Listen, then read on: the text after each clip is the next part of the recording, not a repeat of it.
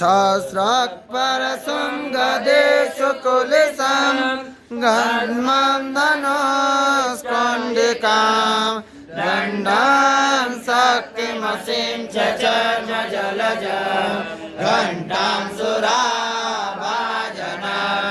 शूलां पाशसुदर्शने च दधते हस्ते प्रसन्नाननां सेवे शैर्वमर्दिनीमिह महालक्ष्मीं सरोजस्थितां सर्वबाधाविनिर्मुक्त धनधान्यसुतान्वितः मनुष्यो मत्प्रसादेन भविष्यति न संशयः। ॐ ह्रीं ऋषिरुवाच सर्वबाधाविनिर्मुक्त धनधान्यसुतान्वितः मनुष्यो मत्प्रसादेन भविष्यति न संशयः। सर्वबाधाविनिर्मुक्त धनधान्यसुतान्वितः मनुष्यो मत्प्रसादेन भविष्यति न संशयः।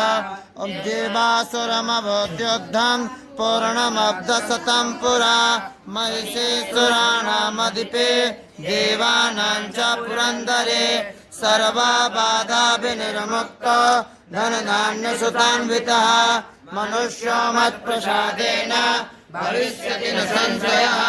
सर्वबाधाविनिर्मुक्त धनधान्यसुतान्वितः मनुष्यो मत्प्रसादेन भविष्यति न संशयः।